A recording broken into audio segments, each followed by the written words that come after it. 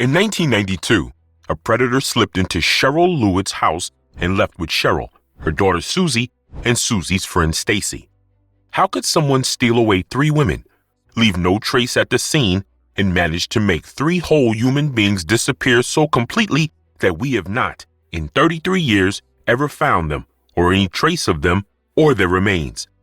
This is Illinois' most puzzling disappearance and one of America's most mysterious cases ever.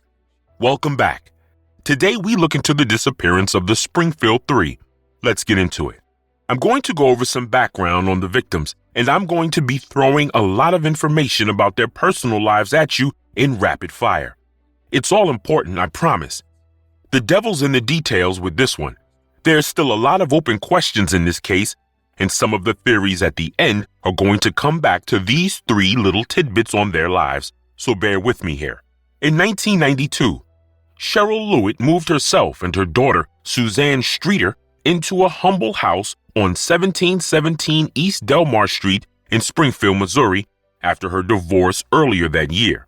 Together with their Yorkie Cinnamon, they were pretty content despite the hard times. Both the biological father and the deadbeat stepfather have been cleared since the disappearance. They were terrible people, sure, but mostly thanks to their cowardice. 47-year-old Cheryl worked as a cosmetologist, and Susie planned on following in her mother's footsteps after graduation. Cheryl was reliable at work and made enough money to keep a roof over their heads. Susie had quite a few things going on for her that year. She just graduated high school, planned on going to college, and she'd just broken up with 2 boys in quick succession. The first was a longtime boyfriend, Mike Kovacs. Apparently, Kovacs had become violent towards Susie, with several people confirming that he'd hit her when they fought. Susie had to take out a restraining order on him after he'd slashed her tires and continued to harass her. She dated another guy briefly named Dustin Reckler, whom she dumped after he was arrested for breaking into a mausoleum just to steal the gold teeth out of a skull, just to pawn the gold the next day. He and his 2 accomplices burned a corpse inside the mausoleum and placed the skull of the other corpse in a tree. Reckler was 29 years old and had no business dating a 19-year-old.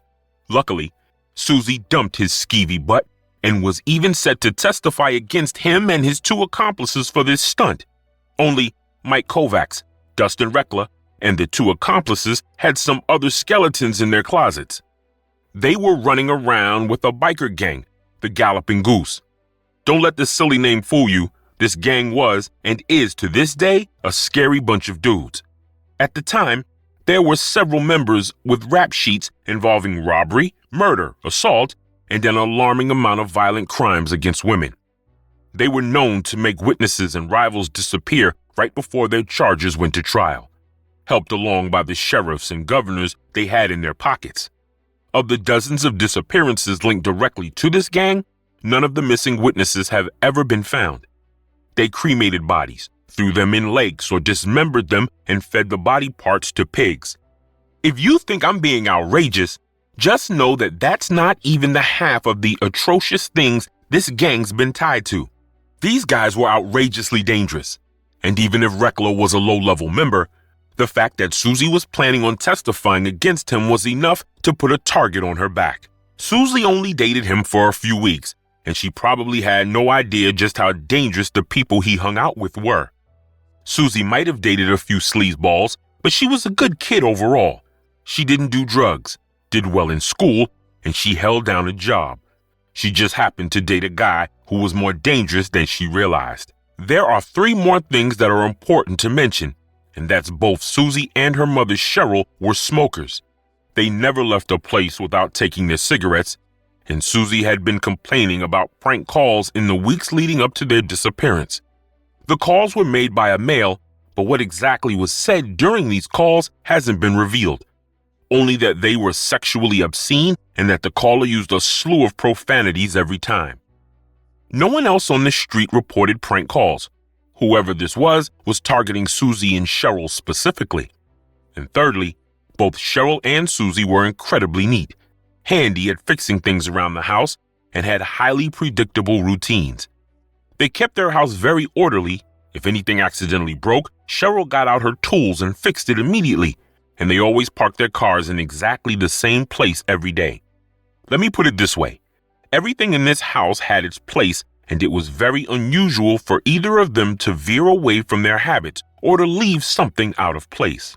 One of Susie's good friends, 18-year-old Stacy McCall, on the other hand, was much more low-key. She came from a stable home and was the youngest of 3 daughters. Stacy was pretty popular and never got into trouble at all. In her spare time, she was a part-time model for a bridal shop and had plans to pursue a career in modeling while going to college as soon as she finished high school. Something to note about Stacy was that her mother would never have allowed her to sleep over at Susie's because Susie had so much freedom and that Stacy got chronic migraines and never traveled without her meds. Which brings us to Saturday of June the 6th. Stacy and Susie attended their graduation ceremony at 4 o'clock that afternoon.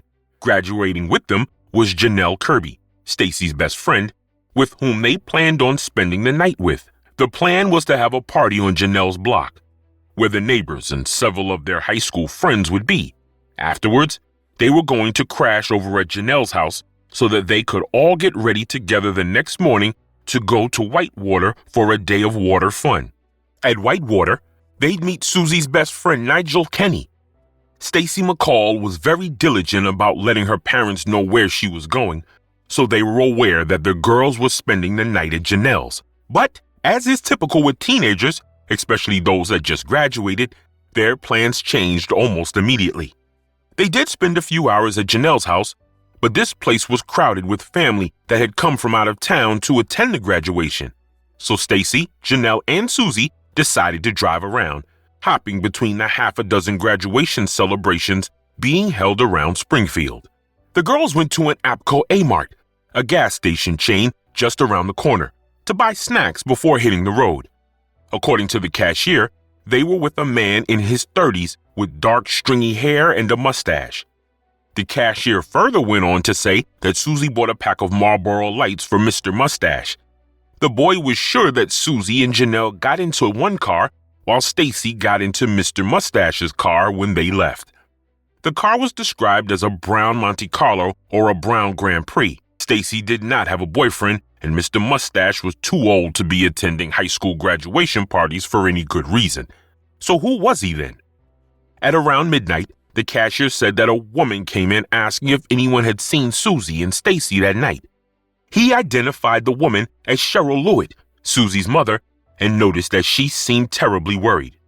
Funny thing here, Janelle claims that they never stopped at the gas station and that there was no extra car or a man with a mustache with them at any point in the night, a claim that she's remained firm on all these years, and she said that since they planned to drink a few beers, they did not take their own cars. Instead, they said they were going to the other girl's house and they were going to be spending the night there, and they'd call me in the morning so we could go to Whitewater. And they never called me in the morning, so I called them, and I called and I called and called, and I got no answer. So I went over there, and they weren't there. They drove from one party to another. They drove from one party to the other by hitching rides with other teens. Janelle's mother confirmed that both Susie and Stacy's cars remained at the Kirby residence, as did other witnesses. But police were so sure that the cashier was credible that they ran with this information and still do to this day. And why would Cheryl be looking for Susie when she was under the impression that Susie would be out all night and sleeping over at Janelle's house? The girls definitely attended a few parties. There were enough people who saw them. None of the partygoers responded to a guy with a mustache, and it's almost certain that they would have noticed a 30-something dude hanging around a bunch of teenagers, even if they were drunk out of their minds. Someone would have noticed. Janelle was adamant that they never went to the gas station that night. At the last party they stopped at, there were no less than 100 teenagers getting hammered until just after 1 in the morning, when the police were called to break up the party. Janelle, Stacy, and Susie hitched a ride with yet another friend, Shane Appleby, to Janelle's house. When they got to Janelle's house, we have another case of 3 separate versions of events. According to Janelle and her mother, there were mattresses laid out for Susie and Stacy in the living room because the house was so packed with their family that there wasn't any other place for them to sleep. Due to the uncomfortable arrangements, Susie and Stacy took their cars on the morning of the 7th at 2:15 and drove to Susie's house so that they could at least sleep on Susie's bed instead of the floor. In the second version of events, a neighbor of Janelle's and fellow classmate named Brian Joy said they'd arranged to sleep at his house earlier that day. He said that Shane Appleby dropped them off at his house. They then went inside, but there were so many partygoers already asleep on the couches and beds that he told them that they couldn't stay after all. They left, got back into Appleby's car, and drove off to Janelle's house. Shane Appleby, on the other hand, said that neither of these two accounts happened at all. According to him, he drove them all to Janelle's house.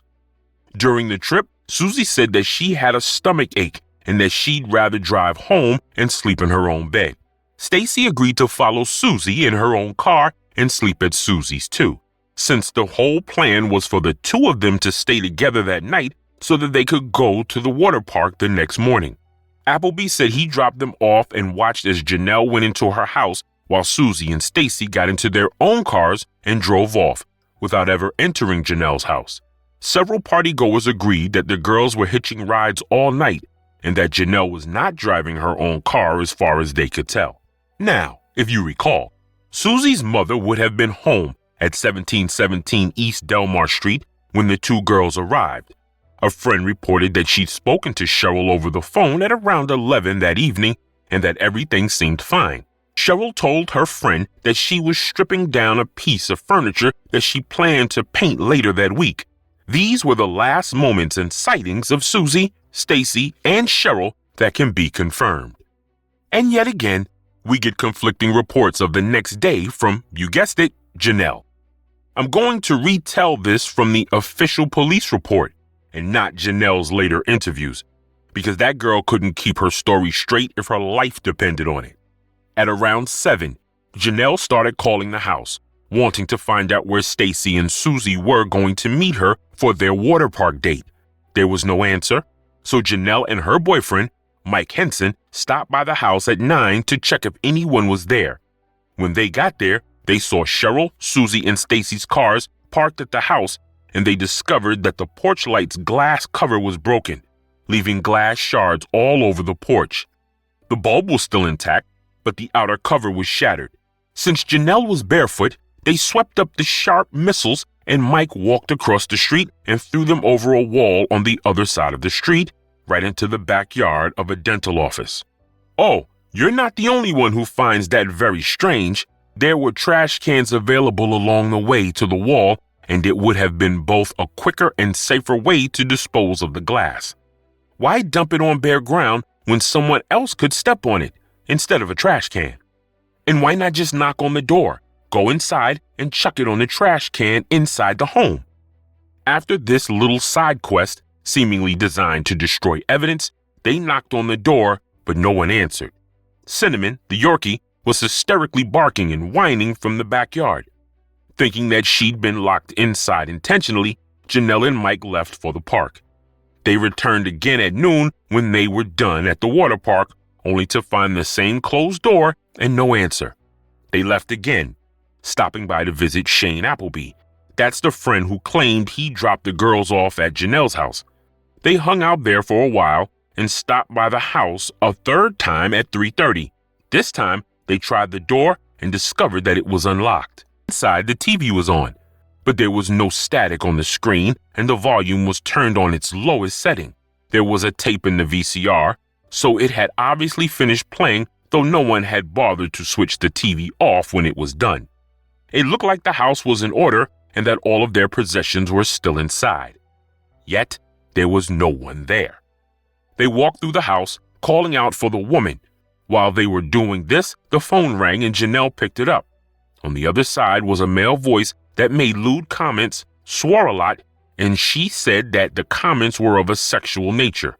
Janelle hung up on the caller, but he called back right away with the same slew of profanities. Janelle hung up a second time, and when he called back again, she let the answering machine take his message instead of humoring him any further. They took Cinnamon back inside and shut the door so that he wouldn't run into the street. Actually, there are discrepancies here too. In one article, Janelle said the dog was locked in the bathroom. In another, it states that Cinnamon ran to her when they opened the door, and in yet another article, it was stated that Janelle found Cinnamon in the backyard. I think this is a result of terrible reporting, and a theme in this case that was incredibly infuriating. All this time, there was a game of telephone going on in the background. Stacy's mother had been calling around all day looking for her daughter. She was supposed to be back that afternoon, but no one seemed to know where she'd gone to. Through Janelle's mother, Janice McCall discovered that Stacy had spent the night at Susie's and that Janelle and Mike were out looking for them because they weren't home and they'd never arrived at the water park. Except that's not what others reported. If you recall, the couple had gone to Applebee's house to hang out instead, so they weren't exactly driving around actively looking for them, as Janelle's mother claimed. When Mrs. McCall discovered that her daughter had spent the night with someone other than who she'd planned to, she was deeply worried. Stacy did not go off script, not ever. She tracked down Janelle by calling the water park where they were chilling at. Janelle confirmed that Stacy spent the night at Susie's, but she did not mention to Mrs. McCall that she had apparently already gone to the house that morning. Why on earth would anyone feel the need to hide that information? And why, after receiving the call from Stacy's mother, did Janelle and Mike go back to the house, but not let the worried mother know that they checked again? Or let her know when they went back a third time, only to find everyone's possessions inside? About the violent phone call from a pervert and that Stacy, Susie, or Cheryl were still missing. Our questions aside, Mrs. McCall called the house, and when she didn't receive any answer, she went over there herself around 5:30. She was much more observant when she walked through than the teenagers had been. The dog was hysterical and ran toward her from the backyard immediately, clearly relieved to see another human. Inside, she noted that Cheryl, Stacy, and Susie's handbags were all lined up in a neat row in Susie's room. Inside the purses, everything was still accounted for, including everyone's car keys, wallets, IDs, Stacy's migraine medication, and the $900 that Cheryl picked up from the salon that day. Susie and Cheryl's cigarettes were on their nightstands, next to the beds that looked like they were slept in. Stacy's clothes were neatly folded on the floor, and there were used makeup wipes on the sink in the bathroom. Their jewelry was placed on top of their folded clothes and their swimsuits for the next day, already laid out. The only items missing were Stacy's underwear and the shorts she'd been wearing, presumably because she'd borrowed a shirt from Susie's to sleep in. By the time it got dark, that house was flooded with people. The entire McCall family was there, mother, father, 2 other daughters, and grandparents. Mike and Janelle arrived, not to mention a few friends and other family members. When the first officer arrived on the scene, there had been approximately 18 people moving through the house. They straightened things out, used the bathroom, touched everything, and went through drawers to look for address books to call more family and friends.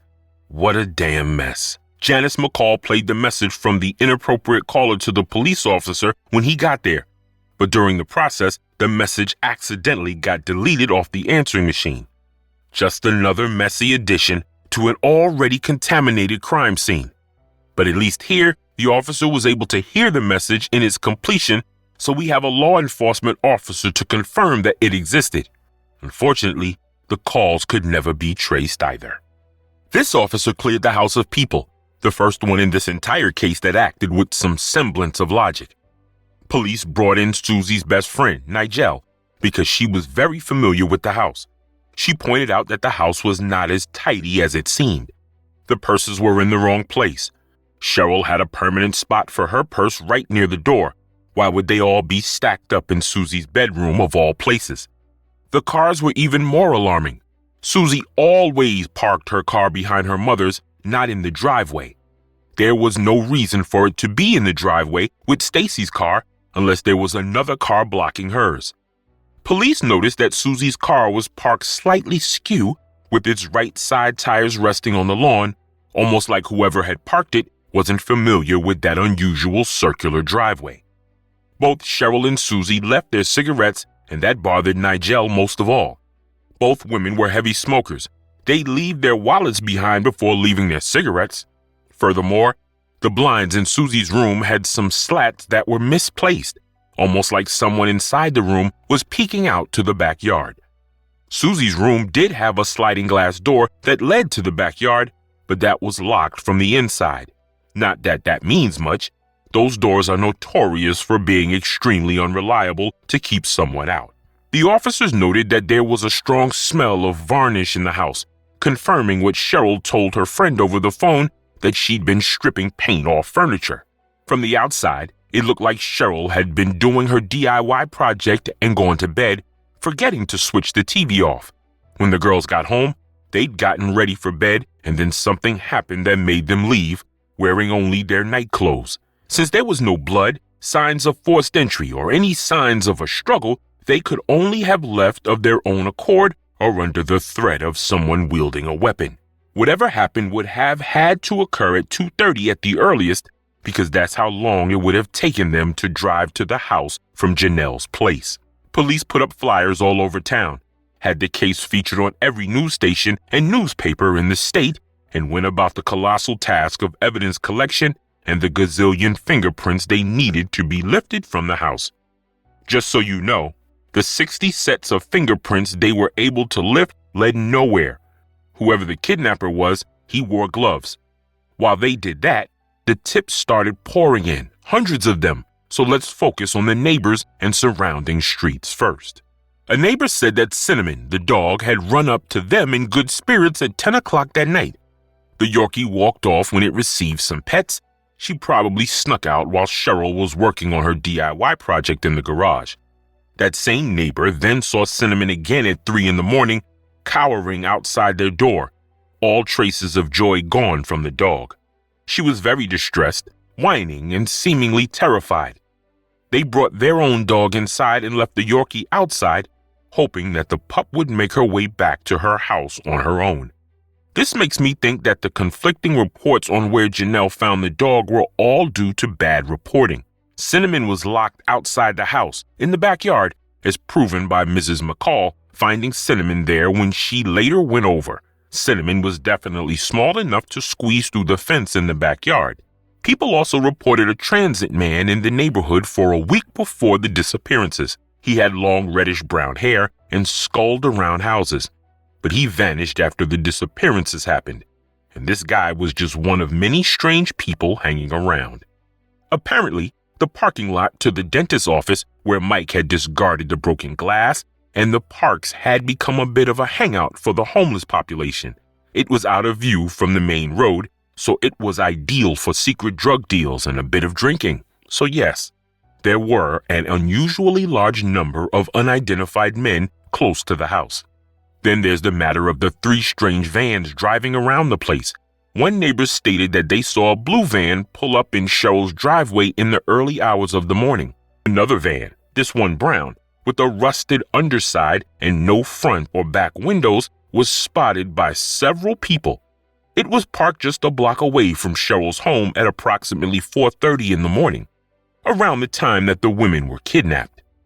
A third van, and the most significant of all, was seen by an elderly woman who sat on her porch watching the sunrise. This van was light green, its windows were painted over, and it had no license plates. The paint looked new, like it had just been done. The van was driven by a crying girl with blonde hair who looked a lot like Susie. The old woman even described the birthmark on Susie's chin that she always covered with makeup, a detail that almost no one was aware of, so we can safely say that this was almost certainly Susie. The van pulled into the driveway next door, and then the old woman said she heard a man's voice order the crying girl to back out, turn around, and not do anything stupid. Diners, locals, and passers-by all reported seeing women fitting Susie, Stacy, and Cheryl at various times that night. None of them checked out. One odd sighting came in from a bar right across the street from the gas station, where the cashier reported that the girls came to buy snacks at 10 o'clock and that Cheryl came looking for them at midnight. A local singer who performed there and who also knew Cheryl said that Cheryl, Stacy, and Susie were at the bar. She couldn't recall who they were with, but she was sure that they were gone by the time her set ended at 1 o'clock that morning. As for suspects that the public focused on, The media really honed in on Bart Streeter, Cheryl's oldest son and Susie's older brother. He was an alcoholic and as a result had become estranged from his sister and mother. Police cleared him fast enough, and he's always been very cooperative as far as I can tell. But evidence doesn't mean much to the press when there's a salacious story, now does it? They painted the entire family as wild women and alluded to drug deals gone bad in the papers. There was never any reason that I could find to suspect Bart of anything except that he was a generously unsavory dude who ran with a questionable crowd. Terrible reporting aside, the Springfield Three, as the women were now named, was a huge deal in the entire United States. I cannot fault the police for their investigative skills, especially given how little they had to go on. They poured all their resources into searching every body of water, stretch of grassland. They notified every hunter in the state to be on the lookout, and thousands came out for foot searches. But what about Susie's ex-boyfriends? Both the exes and the two accomplices passed polygraphs, but it's also important to note that two of them skipped town a week after the disappearance, one of them going so far as to change his name to avoid detection. If Susie was taken care of by the gang so that she couldn't testify, the four guys wouldn't have been the ones to do it. The gang would have sent someone else to give the ones who were under the police's radar good alibis. The people in the gang who usually took care of this kind of business were the absolute worst people you can imagine. The amount of possible suspects in this pool and the amount of potential victims that just disappeared off the face of the earth that can be tied directly to the gang is astronomical. It could have been any of them. The galloping goose angle was taken so seriously that a grand jury investigation was called to look into the gang specifically. Whatever they found was important enough to place a gag order on all participants and those who were questioned. It also led to 3 separate digs for bodies around Webster County. I wasn't a fan of the biker gang theory at first, but the amount of resources and secrecy put into this little side quest tells me that there was something there worth finding. Most importantly, the gag order is still in place to this very day, so police definitely found something at one of those digs, but it wasn't enough to charge anyone with anything outright. If that's the case, that Susie was the real target, then she was in a jam that she didn't even know she was in. She dated Dustin for just a few weeks and probably had no idea about his connections to the gang. Here's my line of thinking. The first time Cinnamon ran down the street at 10 o'clock was an accident. Cheryl was working in the garage, so the dog probably snuck out. The accounts of the cashier and the singer at the bar was probably a case of misidentification. The bar was dark and crowded. The singer never spoke to Cheryl, and to be frank, the cashier wasn't all that good at keeping his story straight either. But the time that Cinnamon was seen at 3 in the morning, less than an hour after the girls would have gotten home, tells me that that's when this person or persons entered the house. All the evidence points to the fact that all 3 women were in the house and in bed when they vanished. When the girls got home, the culprit waited until they went to bed so that they got caught unaware. They approached the sliding glass door, which wouldn't have been hard to penetrate, and it also explains why the blinds were out of order. Susie might have heard something, looked out, and seen someone attempting to enter her room. This person had to have a gun with them because that would have been the only way that they could have controlled all 3 of them at once. The cars were then moved to make room for the van that would transport the hostages, explaining why the light was broken and why the cars were out of place. They needed the cover of darkness and to bring the van closer to the door to make the transfer quick and quiet. That also leads me to believe that more than one person would have been in attendance, one to wield the gun and usher them out, and another to bring the van closer. And more reason to think that this was the work of the Galloping Goose Gang. In order for them not to be seen, the kidnappers held Stacy and Cheryl in the back while Susie drove, with a gun pointed to her head. That's why the van with a woman matching Susie's description was then seen 2 hours later by the old woman on the porch. There's a second possibility, that the kidnappers entered the house around the time that Cheryl spoke to her friend over the phone. They put Cinnamon outside to keep her quiet, tied Cheryl up, and waited until Susie got home. Since they weren't expecting Stacy to be there, they waited until the girls settled down before overpowering them. And when the van left, with all three women inside, Cinnamon attempted to follow them. She would have sought safety at the house where people had been kind to her. Who knows what that poor dog had seen or gone through? But what about Janelle then? Janelle's story and their inconceivably stupid decisions sounds to me like kids who were too drunk and too hungover to put much credence in. We know that the girls were partying with the other graduates. There were too many people around to confirm to think otherwise, thus disproving the singer and the cashier's reports. Susie and Stacy were accounted for by dozens of witnesses during the time that the singer and the cashier claimed to have seen them. Based solely on the amount of people on both sides of the statements, the partygoers win with this one. Between Janelle, Brian Joy, Appleby, and Janelle's mother, who only heard snippets of conversations from upstairs, they were all approached by Stacy and Susie for a place to sleep. But the arrangements were crowded, and honestly, driving for 15 minutes to better accommodations isn't an unreasonable next step for them to take under the circumstances. Janelle and Joy were a little too under the cap to recall who offered them a place to sleep first, but they both did, and Appleby was too buzzed to take in the finer details. As for Janelle's actions the next day, that can be explained by idiocy and dodging Mrs. McCall because she hoped that Stacy would turn up eventually and then her best friend wouldn't get into trouble. So, who was the assailant then? The biker gang, who had reason to get rid of Susie, or a crazed predator who'd been hanging around the back of the house along with the rest of the transient population that clustered there? It's not like it would have been hard to keep an eye on them either. Cheryl and Susie were creatures of habit. Watching them for just a few days would have given the culprit all of the information needed to plan a kidnapping of this complexity. So both the gang and a random stranger are entirely plausible. But multiple people needing to be involved to take all three women makes me lean more toward the gang being involved. Then there is the matter of convicted serial killers Robert Cox and Larry Hall being in the area at the time. Cox, besides a long history of robberies and assaults, had assaulted and attempted to murder two women before.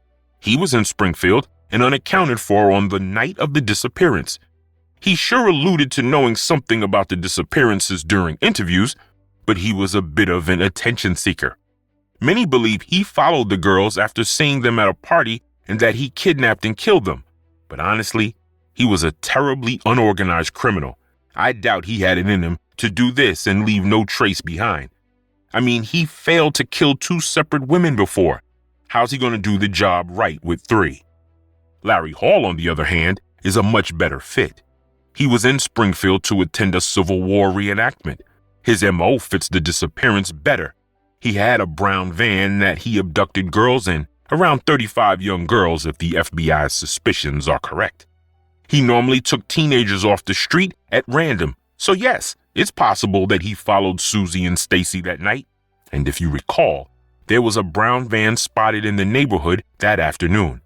The van matches Hall's van to a T, and it was spotted in several towns around Springfield that weekend. Hall also liked to fold his victims' clothes neatly and then place their jewelry displayed on top of the pile, just like Stacy's clothes were found. If this was random, Hall is the best suspect for it. My money's on Hall or the biker gang. Both were well practiced in kidnappings and disposing of bodies.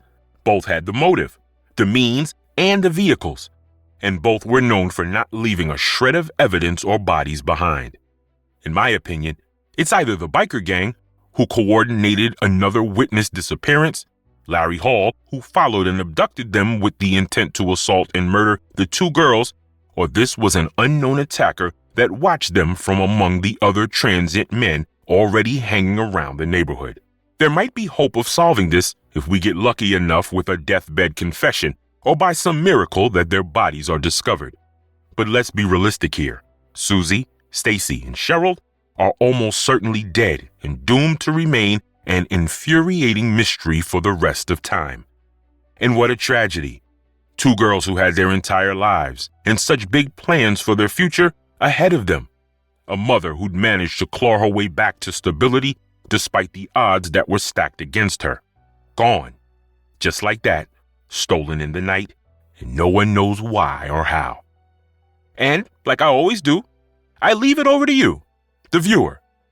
The what, the who, and the why, please give me some ideas and theories, because the case of the Springfield Three's been living rent-free in my head for way too long. And, while you're down there typing away, don't forget to like and subscribe. This channel cannot exist without your engagement. See you in the next one, people.